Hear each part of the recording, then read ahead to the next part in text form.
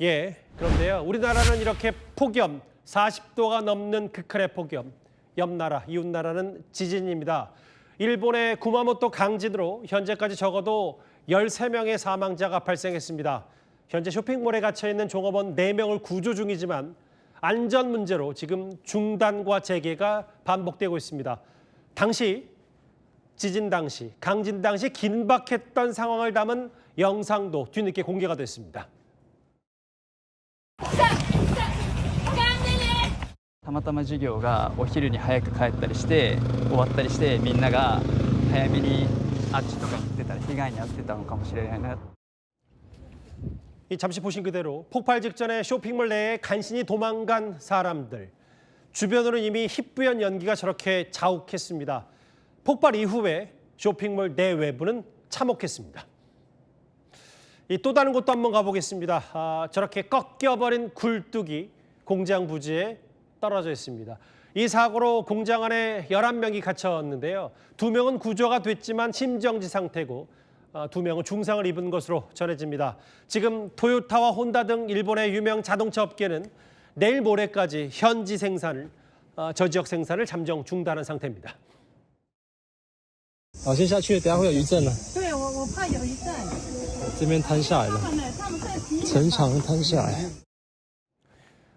구마모토의 주요 문화재도 타격을 입었습니다. 일본의 3대 성으로 알려진 저 17세기에 지어진 구마모토 성이요. 10년 전 강진으로 무너져서 현재까지도 성벽 보수 작업 중이었는데 다시 저렇게 무너지고 만 겁니다. 수백 년 역사의 신사도 이 강진을 견디지 못해서 지붕이 폭삭 내려앉아 버렸습니다. 현지 교민들 불안에 떨고 있습니다. 물건들도 다 바닥으로 떨어지고 그랬었거든요. 지금 계속 6시간째 15분 단위로 계속 여진이 있는 상황입니다. 도쿄에 있었을 때도 6점 몇인가 한번 크게 겪은 적이 있었는데 7.0은 처음이네요. 그걸 뭔가 걸릴 것 같습니다. 실제 구마모토에서는 도시를 탈출하려는 저런 시민들의 행렬이 줄을 잇고 있습니다. 정전, 물 부족, 그리고 여진에 대한 공포까지 겹치면서 후쿠오카 등 인근 도시로 일단 피하고 보자 이런 분위기입니다. 원래는 10분은 한 대씩 오고 있는데 버스 2시간째 기다리고 있어요. 남부랑 서부에서 물이 안 나왔던 것 같아요. 물은 없어요. 물은 못 구해요, 여기서. 신칸센이 멈춰가지고 출장 온 사람들 비행기도 못 떠가지고 후쿠오카를 다 가는 것 같아요. 걱정되는 건 후속 강진입니다. 바로 10년 전 대지진 당시 모습으로 저 당시에 271명이 목숨을 잃었습니다. 특히 이번 지진이요. 지난 10년 전 지진과 같이 주로 수평 방향으로 움직이는 히나구 단층대 활동으로 추정이 되죠. 前回の熊本地震の時には2日後に大きな地震、これがむしろ本震メインの揺れになってしまいましたので、今回もその可能性はゼロではありません。 일본 기상청은 지진 발생 일주일 안에 어제 발생한 규모 7.1과 비슷한 수준의 지진이 또 발생할 수 있다고 각별한 주의를 당부하고 있습니다. 강진이 휩쓸고 간 자리에 이런 지진이 15분마다 계속되고 있습니다. 여진이 좀처럼 잦아들지 않으면서 우리 교민과 여행객들은 불안 속에 뜬 눈으로 밤을 지새웠습니다. 최다희 기자가 취재했습니다. 호텔 안 세탁기와 건조기가 바닥에 고꾸라져 있고 테이블 위에 있던 컵과 과자는 바닥에 널브러져 있습니다. 교민 자택에 있는 모니터도 앞으로 쓰러졌고 벽도 갈라졌습니다. 물건들도 다 바닥으로 떨어지고 그랬었거든요. 지금 계속 6시간째 15분 단위로 계속 여진이 있는 상황입니다. 구마모토에 머물던 한국 교민과 여행객들은 계속되는 여진에 뜬 눈으로 밤을 지샜습니다. 결제 시스템이 먹통이 된 상점은 문을 닫았고 영업 중인 편의점도 식료품이 전부 동났습니다. 도쿄에 있었을 때도 6점 몇인가 한번 크게 겪은 적이 있었는데 7.0은 처음이네요. 그걸 뭔가 걸릴 것 같습니다. 인근 후쿠오카를 여행 중인 한국인 관광객들도 놀란 가슴을 쓸어내렸습니다. 긴급 재난 문자를 읽던 중 갑자기 땅이 흔들리고 강한 흔들림에 대비하십시오. 지진이다. 피해. 옷가게에서도 걸려있던 옷이 출렁거립니다. 지진 심한데? 나 무서워. 처음 겪는 지진에 어쩔 줄 몰라 합니다. 진짜 엄청 당황했는데 어떻게 대피해야 될지도 모르겠고. 저는 이제 한국 사람이니까 우왕좌왕하고 있는데 저희 옷가게 쪽 사람들은 그냥 좀 놀래가지고 흔들리네 이런 느낌인 거예요. 사람들은 다 웅크려서 이제 가만히 있더라고요. 한국 교민과 관광객들은 이어질 여진 가능성에 긴장을 늦추지 못하고 있습니다.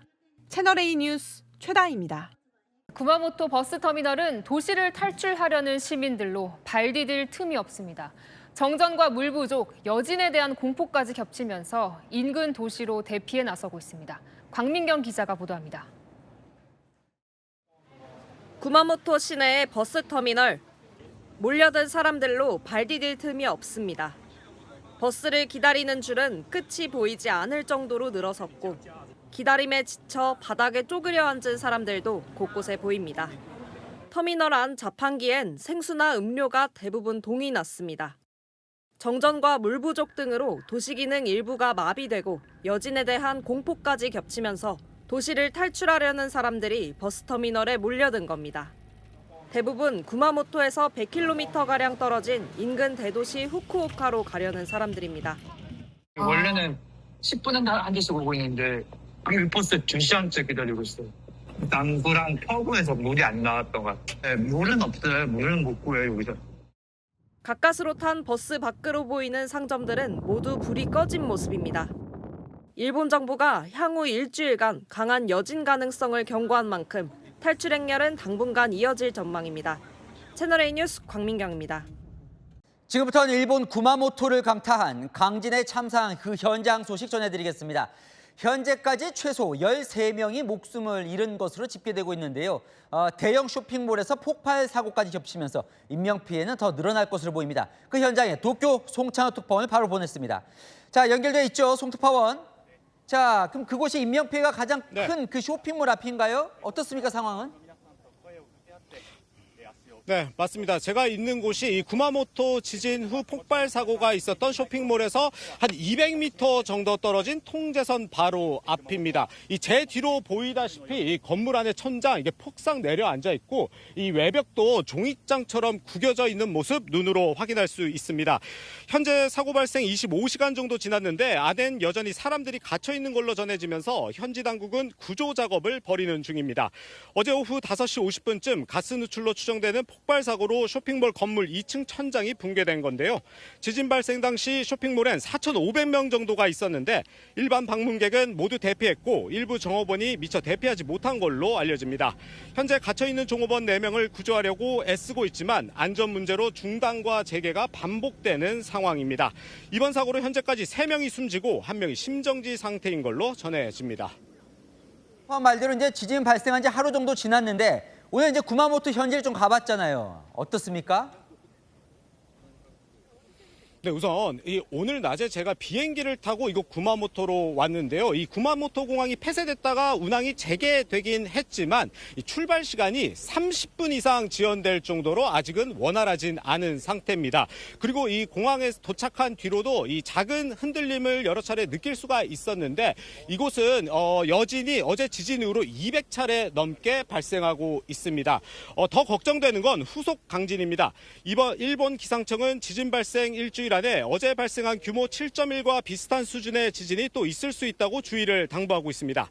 이번 지진으로 사망자 13명, 심정지 5명, 그리고 60명 넘게 다쳤는데요.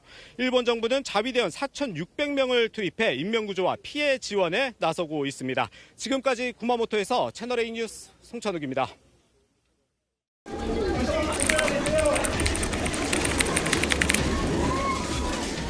今強い地震がありました。熊本今強い地震を。まだよまだだよ。まだよ。まだまだ。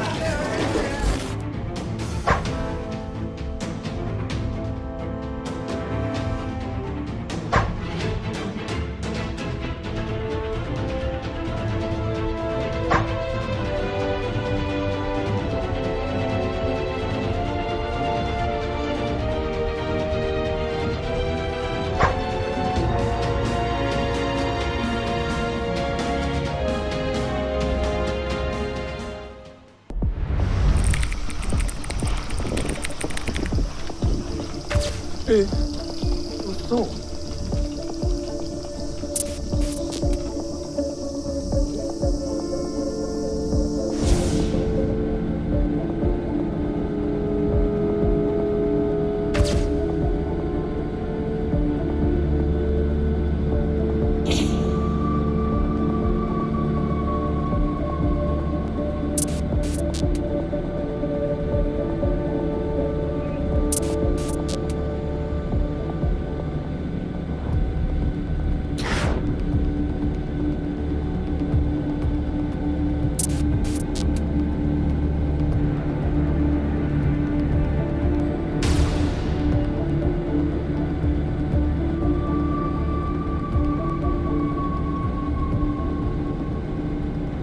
자, 앞서 보신 리포트의 이 일본의 강진, 이 강한 지진의 여파는 우리나라까지 덮쳤습니다. 일본과 가까운 부산, 경남 등에서도 대피 소동이 벌어졌습니다. 영상 보면서 설명드리죠. 천장에 걸려있는 조명이 갑자기 흔들립니다. 부엌 벽에 걸린 조리도구들도 좌우로 마구 흔들리는데요. 건물까지 흔들리면서 일부 주민들이 밖으로 대피하는 소동이 벌어졌습니다. 너무 놀래서 애들 둘이를 데리고요. 건물 밖으로 막 뛰쳐나가고. 의자가 휘청인다고 해야 되나? 그렇게 느꼈었고 저뿐만 아니라 다른 동료들도 다 지진을 느껴서 밖으로 대피를 했습니다. 자, 7.1 규모의 강진이 발생한 곳이 바로 여기입니다. 일본 큐슈의 구마모토 현입니다. 자, 이러다 보니까 우리나라 남부, 경남, 부산, 울산에서도 이 진동이 감지된 건데요. 비교적 거리가 먼 경기도에서도 흔들림의 신고가 접수가 됐습니다. 그런데 문제는 아까 제가 말씀드린 것처럼 이 구마모토 현, 이제 피서철 여행 시즌이 곧 코앞에 오는데 여기 또 한국 관광객들이 아주 많이 찾는 곳이라면서요. 일부 여행객들의 경우에는 좀 무섭다, 그리고 항공권을 바꾼다라는 이야기까지 나오고 있는 상황입니다. 국내에서도 건물 안에 머무르면서 진동이 느껴질 정도의 그 강한 진동을 느낀 그런 상황이고, 앞으로 이 피해가 더 커질 수 있다라는 관측도 있는 만큼 많은 사람들이 가슴을 졸이면서 지켜보고 있는 상황입니다. 네. 문제는 앞으로 더 큰 강진이 발생할 수도 있다는 건데요. 일본 기상청이 앞으로 최소 일주일을 조심해야 한다라고 경고를 했습니다. 바로 10년 전의 악몽 때문이겠죠? 그렇습니다. 2016년에도 구마모토 현에 규모 6.5 지진이 발생했던 적이 있었거든요. 그런데 28시간이 지나서 7.3의 강진이 또다시 발생했습니다. 그러면서 사실 일주일 동안 여진이 계속됐기 때문에 이번 지진 역시도 일주일 동안은 강한 여진이 또다시 올 수 있다. 이 부분에 대한 대비를 해야 된다라는 이야기가 현지에서도 나오고 있습니다. 네.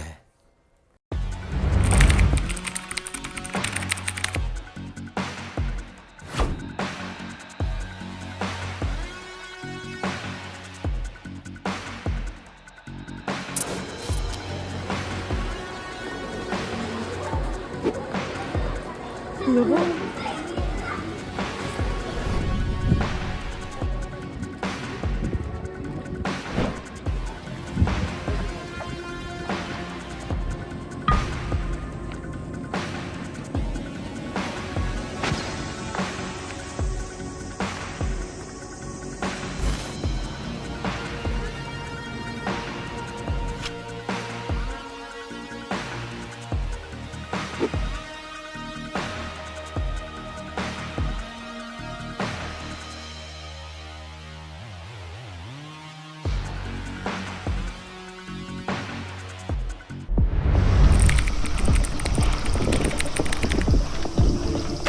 嘘。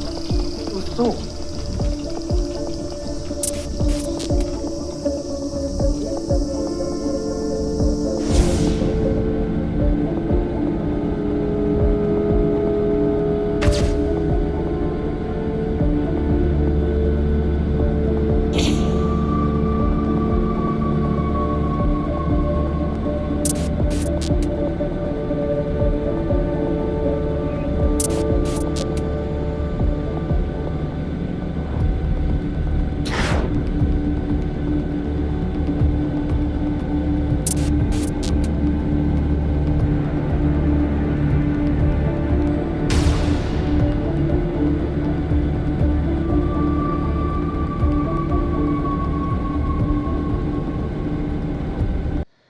한국 관광객이 많이 찾는 이 후쿠오카로 대표적인 이 일본 규슈 지방 구마모토현에 규모 7.1의 강진이 덮쳤습니다.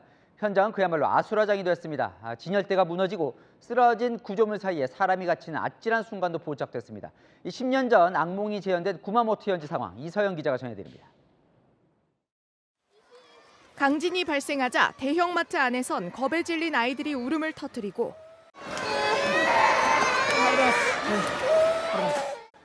물건들은 바닥에 나뒹굽니다.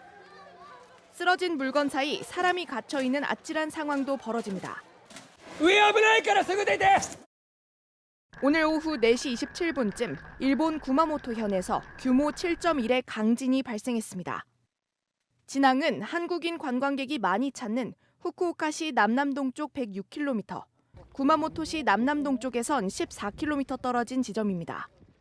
지진 발생 깊이는 10km로 구마모토는 물론 인근 오이타와 나가사키, 1000km 떨어진 수도 도쿄까지 흔들림이 느껴질 정도였습니다. 복구 중인 구마모토 성에서 돌담이 무너지는 등 곳곳에서 피해가 잇따랐습니다. 신칸센과 일반 철도도 멈춰섰고 일부 항공기 운항도 중단됐습니다.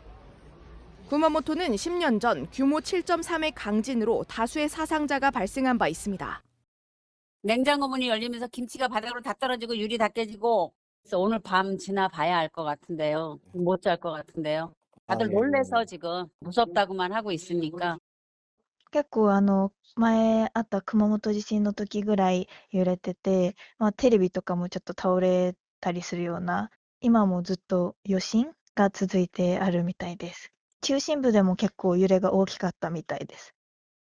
인근 해안에 쓰나미주의보는 발령됐다 해제됐지만 일본 NHK 방송에 따르면 최소 50명이 부상을 입은 걸로 전해집니다. 일본 기상청은 2, 3일간 여진이 이어질 수 있으니 최소 일주일간 지진에 주의해야 한다고 당부했습니다. 채널A 뉴스 이서영입니다. 방금 보신 이 일본 규슈 지방에서 발생한 강진의 여파가 우리나라까지 덮쳤습니다. 일본과 가까운 부산과 경남, 울산 등에선 건물이 흔들리고 조명이 요동치면서 긴급 대피하는 소동도 벌어졌습니다. 허준원 기자입니다. 천장에 걸려있던 조명이 벼랑간 흔들립니다. 오, 어머머. 부엌벽에 걸린 조리도구들도 좌우로 움직입니다. 일본 구마모토와 가까운 부산과 울산, 경남 등 지역에선 상당수 주민들이 지진동을 감지했습니다. 건물이 흔들리면서 일부 주민들이 밖으로 대피하는 소동도 벌어졌습니다. 너무 놀래서 애들 둘이를 데리고요. 건물 밖으로 막 뛰쳐나가고. 의자가 휘청인다고 해야 되나? 그렇게 느꼈었고 저뿐만 아니라 다른 동료들도 다 지진을 느껴서 밖으로 대피를 했습니다. 부산과 경남, 전남, 광주, 제주 등에선 계기진도 3의 진동이 감지됐습니다. 건물 위층의 사람은 현저히 느끼고 정차한 차가 약간 흔들리는 정도의 진동입니다. 강원과 경기, 대구, 경북과 울산 등에서도 계기진도 2의 흔들림이 있었습니다. 별다른 피해는 접수되지 않았지만 소방당국엔 수백 건 넘는 지진 유감 신고가 접수되기도 했습니다. 채널A 뉴스 허준원입니다. 강력한 토네이도가 미국 중서부 위스콘신주를 강타했습니다. 보시면 위력이 어마어마합니다. 주택은 무너지고 차는 뒤집어지고 순식간에 도시를 집어삼켰습니다. 뉴욕에서 백승우 특파원이 보도합니다. 대형 트레일러가 강풍에 떠밀려 고속도로 중앙분리대 위에 아슬아슬하게 걸쳐 있습니다. 또 다른 도로 위엔 뜯겨나간 철제물이 차량들을 덮쳤고 큰 버스는 아예 뒤집어졌습니다. 먹구름 아래 거대한 소용돌이는 지상을 휩쓸더니 순식간에 도시를 집어삼킵니다. 미국 중서부 위스콘신주 일대를 토네이도가 강타한 건데 최고 시속 200km 안팎의 강풍이 몰아쳤습니다. 마을은 지붕이 뜯긴 주택과 쓰러진 나무, 뒤집힌 차량들로 아수라장이 됐습니다. Multiple businesses and homes have been severely impacted. The damage is extensive. At this point, we are unaware or unsure of how bad the damage is because many roads in those same areas are impassable. 애플턴과 메나샤 일대에서는 3만 명이 넘는 주민들이 정전 피해까지 입었습니다. We had absolutely no idea that these trees went down and there was this kind of damage. But we only lost power for a snap like that, just long enough so we have to reset everything in the house. 사망자나 부상자 집계는 아직 알려지지 않았고 현지 당국이 추가 피해 여부를 확인 중입니다. 미 국립기상청은 폭염으로 축적된 뜨거운 습한 공기와 강한 저기압이 만나 토네이도가 발생한 것이라고 분석했습니다. 뉴욕에서 채널A 뉴스 백수호입니다. 펄펄 끓고 있는 중국으로 가보겠습니다. 밖에 세워둔 자전거 안장 온도가 60도를 넘길 정도로 덥다는데요. 시민들은 지하 방공호나 공항으로 피서를 떠나고 있다고 합니다. 베이징에서 성시온 특파원이 현장 취재했습니다. 점심시간 베이징의 한 식당 거리. 바깥 테이블을 한산하고 반대로 회사 건물 1층엔 음식 배달원들이 가득합니다. 아예 웃옷을 벗은 채 다니기도 하고 베이징 공항엔 더위를 피해 쉬는 듯한 사람들이 한가득 포착됐습니다. 네, 현재 베이징의 온도는 36도가 넘는데요. 밖에 세워둔 자전거 안장의 온도를 재어보니까 60도가 넘습니다. 최근 10일간 쓰촨성 청두시와 함께 최고 기온이 40도를 넘겼던 충칭시. 시민들이 폭염 대피 장소로 마련된 지하 방공호에서 피서를 즐깁니다. 열기로 달궈진 인도 울타리로 곱슬머리를 만들기도 합니다. 거리엔 대형 선풍기도 등장했습니다. 장수성 난징시에선 환경미화원들을 위해 냉각 팬이 장착된 에어컨 조끼를 지급했습니다. 베이징에서 채널A 뉴스 성시온입니다.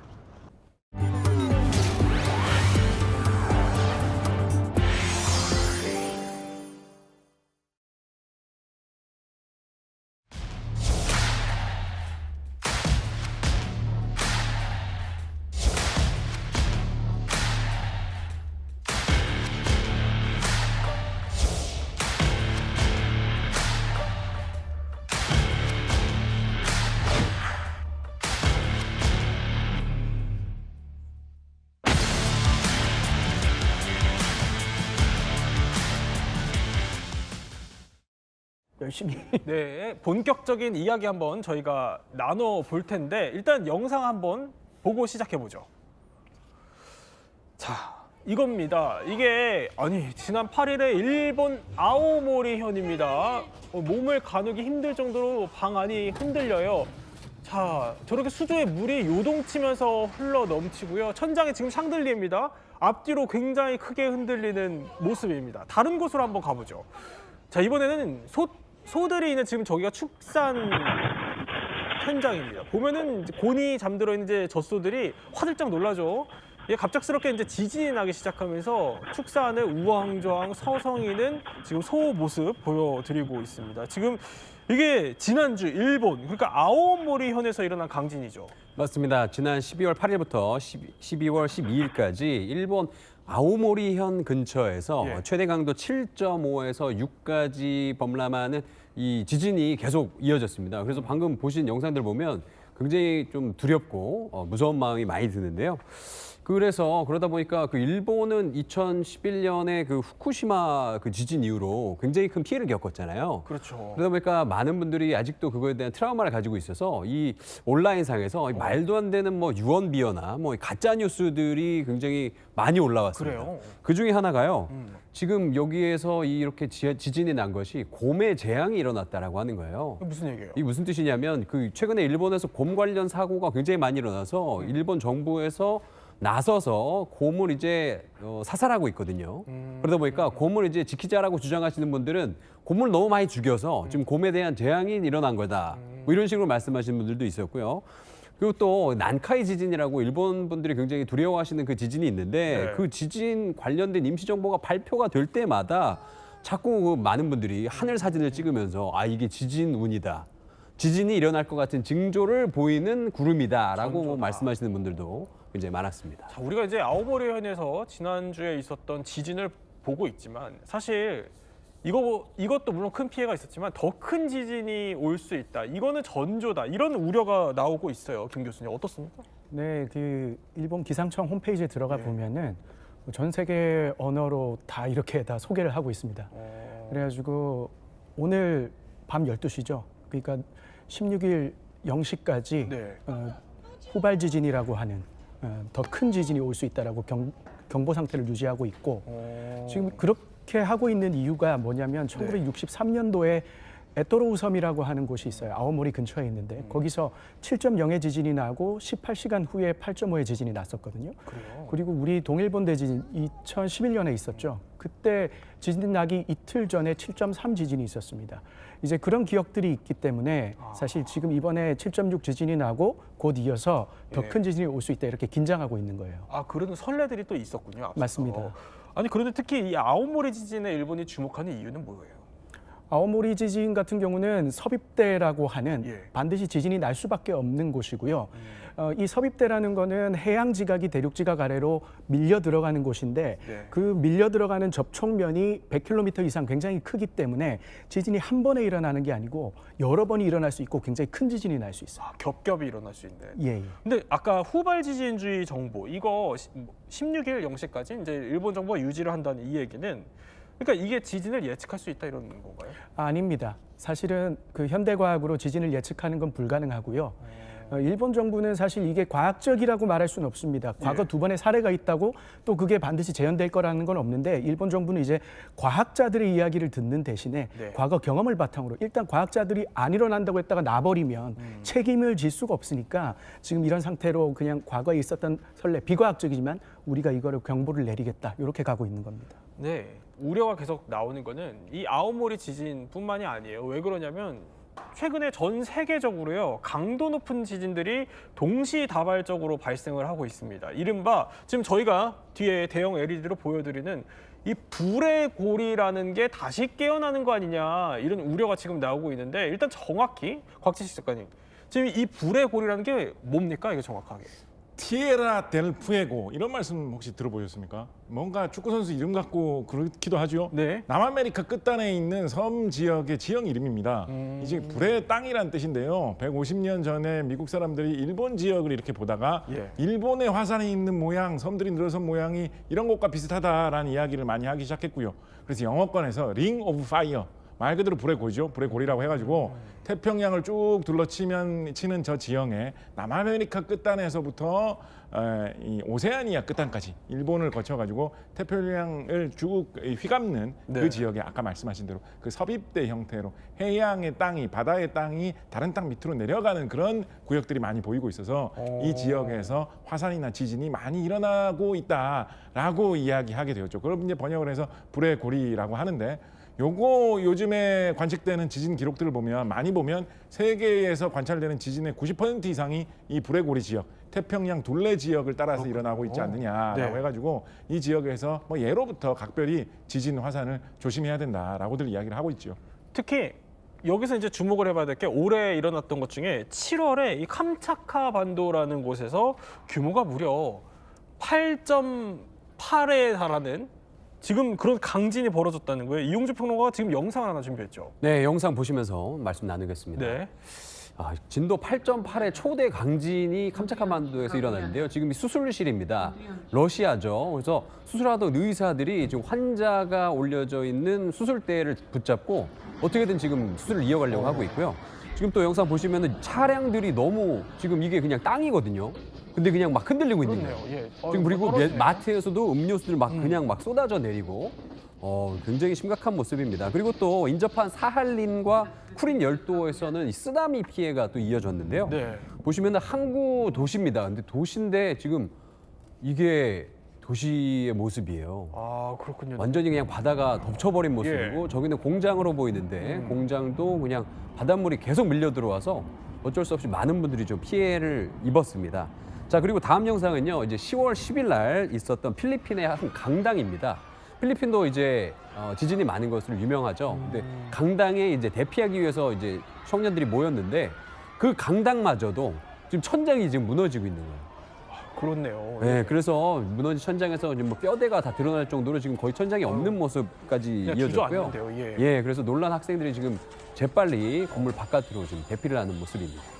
자, 이렇게 영상으로만 봐도 얼마나 심각한지 딱 보이는데 일단 저희가 쭉 정리를 해봐도 규모 7.4가 필리핀, 일본 7.5, 캄차카반도 8.8, 알래스카 7.3. 굉장히 많거든요. 이러면은 김 교수님, 이 정도면 지금 불의 고리가 그냥 깨어났다고 볼 수 있는 거예요? 사실 불의 고리라는 시스템이 활성화된 지는 1억 년이 넘었습니다. 우리 지금 그 지구 반대편을 보면은 대서양이라는 바다가 있잖아요. 네.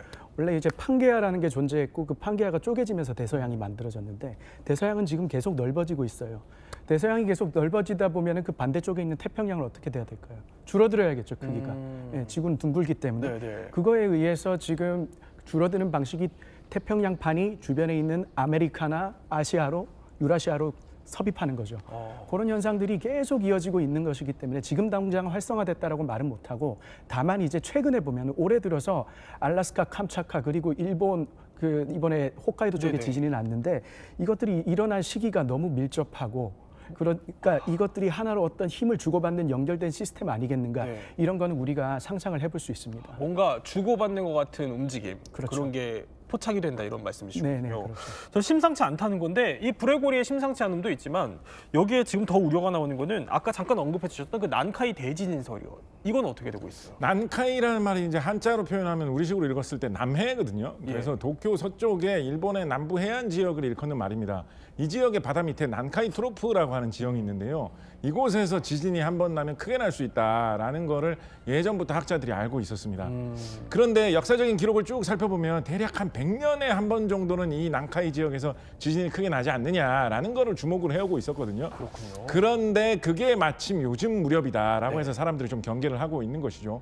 지난 여름에는 일본의 한 만화가가 자기가 꿈에서 봤다라고 해가지고 한 20-30년 전에 쓴 만화의 뭐 지진 이런 여러 가지 재난 이런 것들을 예언한 내용들을 만화로 낸 적이 있는데 그 만화에 나오는 지진이 이번 여름에 일어난다. 그게 난카이 대지진일 수 있다라는 이야기가 돌아가지고 유언비어가 흉흉하고 이랬던 적이 있었거든요. 그 우리나라에서도 상당히 많이 영향을 미쳐가지고 뭐 일본 여행 가려다가 취소하시는 분도 있었고 그렇죠. 저도 기억이 나는데 방송마다 출연을 해가지고 그 만화에서 나오는 이야기일 뿐이니까 너무 믿을 필요 없다라고 이야기했던 기억이 나는데요.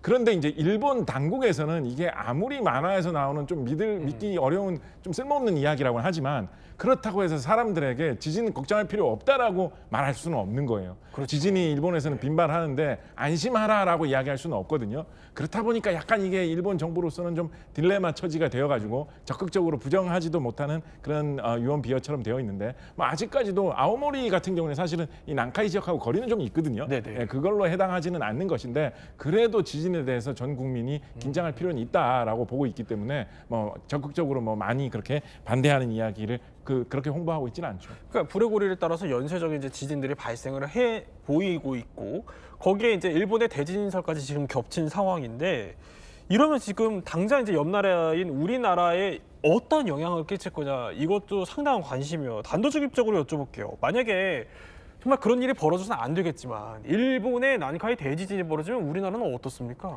제가 대학에서 공부 시작할 때만 해도 우리나라는 일본으로부터 꽤 멀리 떨어져 있어가지고 지진으로부터 안전하다라고 배웠습니다. 그런데 2016, 17년도에 경주 포항 지진 나고 나서부터 그 생각이 굉장히 많이 바뀌었어요. 그리고 그 태평양판이 일본 아래로 섭입했던 게 어제 오늘의 이야기가 아니에요. 수억 년 전부터 일어났던 일인데 그때 당시를 보면은 과거에 우리 그 중생대 백악기 때 공룡이 살던 시대 때 그때도 태평양판이 섭입을 하고 있었는데 그때 보면 그 섭입의 영향으로 우리나라 경상남북도는 지각이 쪼개지고 거기가 하나의 거대한 호수가 만들어지고요. 그래요? 우리나라 한반도뿐만 아니고 한반도를 넘어 서해안, 서해바다, 중국 본토까지 이 태평양판 섭입에 의해서 땅이 갈라지고 화산 활동이 일어났었어요. 예, 그런 것들을 볼 때 우리가 지금 일본으로부터 떨어져 있는 거리가 그만큼 먼 거리인가 생각해보면 그렇지 않을 겁니다. 특히나 난카이 해곡 같은 경우는 지금 거기에서 가장 가까운 곳은 제가 살고 있는 부산까지 500km밖에 안 돼요. 아, 그래요? 예, 그렇기 때문에 이건 우리가 다 이 힘을 받는 영향권 안에 있다고 생각을 해야 되는 것이고 일본에서 큰 지진이 일어나가지고 어떤 주변의 응력의 변화가 일어났을 때, 힘의 변화가 일어났을 때 우리나라 주변에 있는 단층들도 당연히 영향을 받을 수밖에 없습니다. 그러면 남동부 지역, 우리나라 남동부 지역에 특히 좀 영향을 더 받게 될 것 같은데요. 그렇죠. 힘을 받게 되면은 가장 약한 곳이 변형이 일어나고 부러집니다. 우리나라에서 가장 약한 곳이라고 하면 우리 동해의 얇은 지각과 한반도의 두꺼운 지각이 맞닿아 있는 그 동해안이 될 건데 조선왕조 실록만 보더라도 그 15에서 17세기 사이에 우리나라 동해안을 따라서 규모 7.5 정도의 지진이 났다는 기록들이 있습니다. 그래요. 예. 남동부 지역을 또 예의주시해야 될 것 같다는 생각이 드는데 아까 잠깐 언급해 주셨지만 포항 지진 뭐 이런 걸 계기로 이제 더 체감하시게 됐다라고 했는데 실제로 우리가 몇 년 전에도 겪었어요. 네, 2016년 경주 지진 그리고 2017년 포항 지진으로 사실상 우리나라가 더 이상 지진으로부터 안전하지 않다라는 걸 우리 모든 국민이 다 체감할 수 있는 그런 경험이 됐는데요. 예. 영상 보시면 진짜 그 당시에 굉장히 심각했습니다. 자, 일단은 경주입니다. 네. 우리가 자랑하는 첨성대잖아요. 근데 첨성대가 지진이 오니까 바로 흔들리기 시작하는 거예요. 그래서 그 당시에 사람들이 저거 무너지면 어떻게 하고 너무 많이 걱정을 했고요. 예. 그리고 또 여기 경주 시내입니다. 시내에서도 걷고 있던 사람들이 너무 놀라서 이렇게 운동장으로 대피하는 이런 사건까지 일어났었고 대학교 기숙사에 있던 학생들도 같이 나와서 대피를 했다고 합니다. 자, 그리고 다음은요. 2017년 11월에 발생했던 포항 지진인데요. 이때 상황이 진짜 심각했죠. 저 학교의 외벽이 무너졌는데 저 학교가요, 그 지진이 났던 그 진앙지로부터 3km 정도 떨어져 있었대요. 사실상 조금 거리가 있었는데도 불구하고 바로 저렇게 건물 외벽이 무너질 정도면 사실은 저거 건물에 조금 문제가 있었던 거 아닌가 이런 좀 의심까지 하게 되는 상황입니다. 그리고 저 당시에 이 상황이 진짜 심각했던 게 사실 우리나라 그 학구열이 굉장히 높은 나라다 보니까 사실 웬만하면 수능 같은 거는 그냥 같은 날에 치거든요. 근데 저 지진 때문에 최초로 사상 초유로 수능이 연기되는 그런 일까지 벌어졌습니다. 당시 그랬었어요. 근데 문득문득 또 기억이 납니다. 불과 얼마 안 된 일이었어요, 그렇죠? 10년도 아직 안 된 상황인데, 자, 그런데 2017년 이 포항 지진을 잠깐 영상에서 봤던 거, 우리 김 교수님이 이걸 좀 주목해봐야 되는 현상이 있어요, 여기? 예, 그 포항 지역에 흥해평야라고 하는 곳이 있는데 거기서 그 땅이 마치 물처럼 변하는 액상화 현상이라고 합니다. 액상화? 예, 이 현상이 일어났던 거를 주목을 해야 되는데 우리가 토양 위에다가 집을 짓고 살잖아요, 그죠? 네, 그러면은 이제 우리가 그 전에 기초 공사를 하고 땅을 다집니다.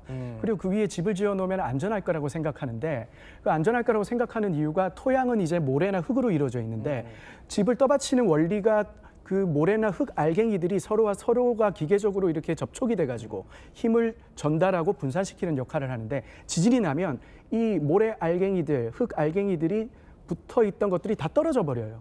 떨어지면 그 사이사이로 물이 들어오게 됩니다. 그럼 마치 그냥 아주 걸쭉한 흙탕물 위에 집이 떠 있는 상태가 되는 거예요. 그러니까 그 전에는 단단한 잘 다져놓은 땅 위에 있다고 생각했던 집이 마치 그냥 아주 걸쭉한 어떤 미숫가루 같은 거 위에 있다고 생각을 하시면 됐거든요. 그러다 보니까는 건물들이 아무리 내진 설계를 해도 맥없이 넘어가는 거죠. 그러니까 진흙 위에 건물이 있기 때문에 이 진흙이면 맥없이 쓰러질 수밖에 없는. 그렇죠. 평소에는 이게 알갱이들이 이렇게 서로가 서로 간에 결합이 돼 있어요. 근데 지진이 나게 되면 이 알갱이들의 결합이 다 떨어져 버려요. 그렇군요. 자, 그러면 역사를 짧게 살펴보죠. 역사는 어떻습니까, 우리나라는? 아까 말씀해 주신 대로 우리나라 역사 속에도 지진 기록이 정말 많이 있고요. 굉장히 큰 지진 기록들도 꽤나 있습니다. 좀 생생하게 묘사되어 있는 기록으로는 조선왕조실록 1518년 음력 5월 15일부터 며칠 동안 일어났던 기록이 상당히 생생한 편인데요. 지금 여기 화면에 보여드리는 기록보다 조금 더 앞선 시대의 기록이죠. 이 기록에 따르면 서울 시내에 지진이 일어났는데 임금님이 앉아있는 의자, 옥좌가 흔들리는 그 정도가 심해가지고 사람이 손으로 잡고 의자를 흔드는 것 같았다라고 묘사를 하고 있고요. 아까 우리가 처음에 영상에서 봤었던 것처럼 가축들이 놀랐다라는 기록도 있고 또 방금 말씀해 주셨던 것처럼 땅에서 물이 솟구쳤다라는 기록도 그대로 생생하게 묘사가 되어 있습니다. 집에 있는 담장들이나 성벽이 무너졌다라는 기록도 같이 표현이 되어 있고요. 워낙에 이런 식의 재난이 많이 닥치고 심지어 그때 당시에 종묘의 담장이 무너졌다라는 이야기까지 있거든요. 그렇다 보니까 사람들이 옛날에는 이게 무슨 난카이에서 온 응력이 단층대를 자극하고 이런 걸 모르잖아요. 그래서 이게 하늘이 벌을 내리는 거다. 하늘이 우리의 죄에 대한 어떤 경고를 주는 거다라고 생각을 해가지고 당시에 여론이 안 좋았던 병조판서, 지금으로 따지면 국방부 장관이죠. 그 사람을 해임을 해야 된다라는 의견이 비등했을 정도로 굉장히 조선 사회가 좀 혼란에 빠졌던 그런 일도 있었었죠. 과거 얘기까지 들어보니까 더 이상 이제 한반도가 안전지대라고 보기는 어려워요. 안심해서 안 된다는 얘기죠. 그래서 이제 우리 정부가 과거에 시뮬레이션 상황을 한번 해본 적이 있어요. 네, 맞습니다. 2016년 국민안전처가요. 만약에 지진이 일어났을 때 우리 국민들은 어떤 식으로 행동해야 하는가를 시뮬레이션 해본 적이 있습니다. 저게 가상훈련이군요. 네, 저 가상훈련이고요. 지금 저곳이 굉장히 이렇게 엉망진창이 된 것처럼 보이지만 사실은 저희가 재난영화 세트장입니다. 그래서 연출을 그렇게 했고요. 만약에 지진이 났을 때 시민 여러분, 국민 여러분이 어떻게 움직여야 되는가 이런 것들을 이제 시뮬레이션 해본 겁니다. 네. 그리고 또 같은 해에요. 국민안전처가 그 시뮬레이션을 실제로 그 우리는 서울에 있는 중랑교가 남북 단층이 있다 그래요. 그래서 거기를 진앙지로 설정을 하고요. 만약에 그곳에 6.0의 강진이 벌어졌을 때 어느 정도의 피해를 우리가 입는가, 요거를 또 시뮬레이션을 돌려봤거든요. 네. 지진이 6.0일 때는요, 서울 시민 1,430여 명이 숨지는 것으로 나타났습니다. 1,400여 명이? 네, 그리고 거기에서 지진의 강도가 네. 조금 더 올라가서 6.5 정도의 강도로 지진이 나면 네. 무려 12,000여 명이 사망하는 것으로 이제 시뮬레이션 결과가 나왔습니다. 지금 저게 이제 재난 상황을 가정한 훈련이고 뭐 마치 재난 영화를 보는 것 같은 그런 모습을 지금 연출을 한 겁니다. 그런데 저 훈련 영상만 봐도 아찔하지만, 그러니까 아까 이용재 평론가 설명으로는 규모 6.5의 지진이 발생하면은 사망자가 10,000명이 넘는다. 서울이 안전지대가 아닐 수 있다는 얘기예요. 사실 그 지질학을 전공하는 사람이라면 거의 다 알고 있을 겁니다. 추가령 열곡대라고 저는 학생 때 배웠고, 지금은 이제 추가령 단층대, 추가령 단층계 이렇게 부르는데, 우리나라에서 가장 젊은 시기에 만들어진 단층대입니다. 만들어진 지 얼마 안 됐어요. 이제 막 활동을 시작한 단층대라고 볼 수 있어요. 약 15에서 20만 년쯤 전에 만들어졌는데, 이 단층이 남북으로 160km 이상입니다. 북한 원산에서부터 시작해서 우리 서울을 관통해가지고 저기 성남 판교를 지나가지고 남쪽으로까지 내려가는 그런 엄청나게 긴 단층이에요. 단층이라면 조금 어려운데 순화해서 표현하면 어떤 게 있을까요? 단층이요? 말 그대로 단층입니다. 그 미국에 보면 산 안드레아스 단층. 그 단층을 얘기하시는 거죠? 예, 단층입니다. 쭉 이렇게 이어지고 있는 단층계인데, 그 단층이 여러 개로 이어져 있는 것이 모여 있는 것을 단층계, 단층대라고 부르는데, 이 서울 시내로 이 동두천 단층, 포천 단층, 왕숙천 단층이라는 세 개의 단층이 서울시 안으로 유입된다라고 그렇게 알려져 있어요. 그리고 이게 지금 현재 잠실쯤에서 하나로 만나서 이제 또 남쪽으로 빠져나간다고 알려져 있거든요. 그런데 지금 어떻습니까? 그 서울 시내를 보면은 저기 북한산이나 관악산 같은 곳은 다 화강암으로 이루어져 있잖아요. 단단한 안반인데, 그 기본적으로 서울은 한강이라는 강 주변에 만들어진 도시고, 이 강 주변의 도시가 만들어지다 보면은 다 강 주변은 다 모래로 이루어져 있어요. 그래서 건물들이 다 모래 위에 지어져 있는 거죠. 특히나 우리 여의도라든지 잠실이라든지 다 모래 위에 건물들이 지어져 있는데, 사실 그렇게 되면은 제가 아까 말씀드렸던 포항 지역 흥해에서 발생했던 토양 액상화가 발생하기 굉장히 좋은 곳이죠. 그렇겠네요. 지금 보면은 잠실에서 세 개의 단층들이 만나서 빠져나가거든요. 잠실에 뭐 있습니까? 그 롯데월드 타워 있죠, 그죠? 그런 상황인 거죠. 그러니까 저희가 그래서 한번 준비를 해봤어요. 이제 김 교수님을 특별하게 모셨으니까 김 교수님의 자문을 얻어서 저희가 서울에 만약에 강도 6.5 이상의 지진이 발생했을 경우 어떤 일이 벌어질까, 이 가상 시나리오를 한번 짚어보도록 하죠. 자, 이게 만약의 경우는 이제 저희가 대비하자는 차원의 가상 시나리오라는 점 말씀드려보겠습니다. 일단 어떤 일들이 발생을 합니까, 김 교수님? 일단 건물들이 많이 흔들리겠죠. 그리고 이제 정부에서 내진 설계를 했다라고. 지금 저희가 가상 화면 한번 만들어봤어요. 전체 건물의 15%밖에 내진 설계가 되어 있지 않는 걸로 알려져 있습니다. 정부 건물들은 대부분이 내진 설계가 되어 있겠지만, 지금 아파트가 나오네요. 그렇죠. 민간 건물들은 굉장히 취약한 상황이겠죠. 저런 식으로 우리 포항에서처럼 아파트의 외벽이라든지 유리창이라든지 이런 건 굉장히 쉽게 부서질 수 있고요. 그리고 무엇보다도 제가 가장 걱정하는 것은 서울 시내 액상화입니다. 땅이 물처럼 변해서 건물들을 받치고 있던 힘 자체가 약해지면, 지금 필로티 건물 같은 경우는 엄청 흔들리는데요. 그렇죠, 그렇죠. 그렇게 되겠죠. 지금 그런 상황들이 예측이 됩니다. 네, 지금 보면 또 이렇게 다리의 균열도 가고요. 그렇죠. 지금 저기 바로 한강 위를 지나가는 다리니까 이제 모래 위에 다리가 놓여 있지 않겠습니까? 기초공사는 돼 있겠지만 어떤 모래 위에 지어져 있는 건물들은 굉장히 취약하다고 볼 수 있습니다. 교수님, 근데 이렇게 건물들이 무너지는 것도 문제지만 그게 아니라 이제 교통이나 통신, 특히 통신도 마비가 되면 뭔가 전파도 되게 힘들어지는 상황 아니겠어요?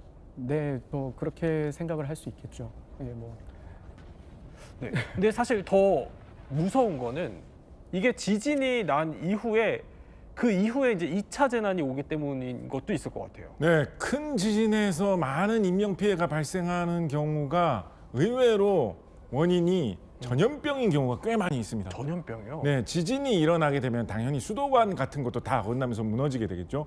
근데 대도시 같은 경우에 깨끗한 물을 공급하는 수돗물이 없으면 사람들이 살기가 굉장히 어려워집니다. 그렇다 보니까 물이 오염되고 물을 따라서 퍼지는 전염병이 퍼지면서 사람들이 목숨을 잃는 사례가 전 세계 곳곳에 대형 지진의 2차 피해로 굉장히 많이 언급되는 편입니다. 그뿐만 아니라 예. 도시 지역에는 도시가스 관이 굉장히 많이 깔려 있잖아요. 그렇죠, 네. 지진이 일어나면 이런 것도 다 어긋나게 되겠죠. 그렇다 보니까 그것 때문에 화재가 일어나서 생기는 2차 피해가 크게 발생하는 경우도 있습니다. 뿐만 아니라 전기를 연결하고 있는 전선도 뭐 지진 때문에 다 끊기게 된다라고 하면 전기를 사용할 수 없게 되고 말씀하셨던 대로 통신도 끊기게 되고 이렇게 되면 그것 때문에 발생하는 간접적인 피해가 상당히 크기 때문에 네. 인명 피해가 좀 걷잡을 수 없이 많아진다거나 충분히 구할 수 있었던 인명을 못 구하게 되는 이런 일들도 지진 상황에서 많이 발생할 수 있다고 합니다. 김 교수님, 제일 중요한 거는 지금 그러면은 우리나라의 내진 설계율이 어떻게 되어 있을까 네. 궁금하거든요. 어떻게 되어 있어요? 정부가 발표한 바로는 한 15% 정도의 건물들이 내진 설계가 되어 있다고 하는데 네. 그런 건물들이 거의 다 정부 건물들, 그러니까 이제 나라에서 지은 건물들에 해당하는 것이고 민간이 지은 건물들은 거의 어떤 적정 수준에 맞는 내진 설계가 되어 있다라고 보기가 쉽지 않습니다. 최근에 지어진 어떤 아파트라든지 빌딩들이야 내진 설계가 되어 있겠지만 오래된 노후 건물들이라든지 어떤 민간의 주택들은 그런 내진 설계가 제대로 됐다고 보기 어렵죠. 아까 나오는 수치 보니까 17.3%. 네네. 너무 적은데 이 정도면은 혹시 지금이라도 뭔가 이렇게 보강할 수 있는 방법 이런 건 없어요, 교수님? 일단 지진이 날 거라고 생각을 하지 않습니다. 지진이 날 거라고 생각을 하지 않고 이걸 모르는 거를 안 일어나는 일이라고 생각을 하는 거예요. 모르는 일이라고 생각을 안 해요. 사실 지금 추가령 단층계라는 어떤 이런 네네. 시스템은 1970년대부터 학계에 제기가 됐지만 이걸 제대로 조사를 할 수가 없습니다. 서울시에 어디로 단층이 이어지고 있는지 그렇죠. 지금 뭐 다 개발이 돼 있기 때문에 땅을 파가지고 볼 수 있는 상황도 아니에요. 이런 부분들이 있기 때문에 지금 뭐 단층선이 어디를 지나가고 과거에 어떤 어느 정도 시점에 지진이 일어났었는지 단층이 미끄러졌었는지 이런 것들을 조사를 할 수 있어야 되는데 모르기 때문에 네. 이거에 대한 구체적인 대책도 마련하기 어려운 겁니다. 그런데 문득 드는 생각이 저렇게 이제 규모의 지진이 오면 특히 한반도에 있는 백두산, 한라산 여기도 영향을 주지 않을까요? 네, 뭐 원론적으로 틀린 말은 아닌데요. 뭐 실제로 1707년도 일본에서 난카이 해곡 지진이 났을 때 후지산이 분출했었고 이번에 멀지 않습니다. 7월 달에 우리 그 캄차카에서 큰 지진 8.8 지진 났을 때 거기 있는 크라셰 닌린코프라고 하는 화산이 폭발했습니다. 며칠 있다가요. 그래서 굉장히 예측 가능한 거고 그 북한에서 사실 핵실험했을 때도 백두산 폭발이 유발될 수 있다는 말을 했었습니다. 다 과학적으로 근거 있는데 사실 뭐 서울에 있는 어떤 이런 추가령 단층이 활성화된다고 하더라도 백두산으로부터 거리가 꽤 있기 때문에 그렇게 직접적인 영향은 주기가 쉽지 않을 것 같습니다. 교수님 아까 이제 내진 설계를 말씀하시면서 굉장히 막 답답한 심정을 토로하셨거든요. 전문가 입장에서 끝으로 이제 발생할 수 있는 지진에 대해서 우리 당장 뭐가 필요하다고 보세요? 우리는 일단 조사를 해야 됩니다. 그나마 포항하고 경주에서 지진이 난 이후로 육상은 조사를 들어갔어요. 근데 일본을 한번 보십시오. 일본 육상에서 지진이 훨씬 많이 납니다, 바다보다. 그런데 이제 우리에게 항상 전해지는 뉴스들은 어떤가요? 이번에 아오모리도 앞바다에서 지진 났고 난카이 해곡 지진도 바다에서 나죠. 왜냐하면 큰 지진은 바다하고 육지가 맞닿은 그곳에서 나거든요. 우리나라도 마찬가지예요. 우리나라에서도 가장 큰 지진이 날 것으로 예측되는 곳은 동해하고 우리 한반도가 맞닿아 있는 그 경계부예요. 그런데 지금 뭐 처음에 이제 포항 경주 지진 나고 동남권 먼저 단층 조사를 했고 이제 수도권을 조사하고 있는 것으로 알고 있어요. 시간이 지나면 어쨌든 간에 육상의 단층들은 우리가 어느 정도 알게 될 겁니다. 하지만 지금 바다에 있는 단층을 어떻게 해야 되느냐 이건 아직 계획조차 없습니다. 그런데 우리가 앞으로 바다에서 여러 가지 일들을 해야 됩니다. 뭐 해상 풍력도 해야 되고 뭐 이산화탄소 지중 저장도 해야 되기 때문에 그런 것들이 대비가 필요합니다. 네. 또 교수님 설명을 듣고 나니 정말 철저한 대비가 필요하겠다는 생각이 듭니다. 지금까지 세 분과 함께 몰랐던 이야기 지진에 대해서 한번 살펴봤습니다.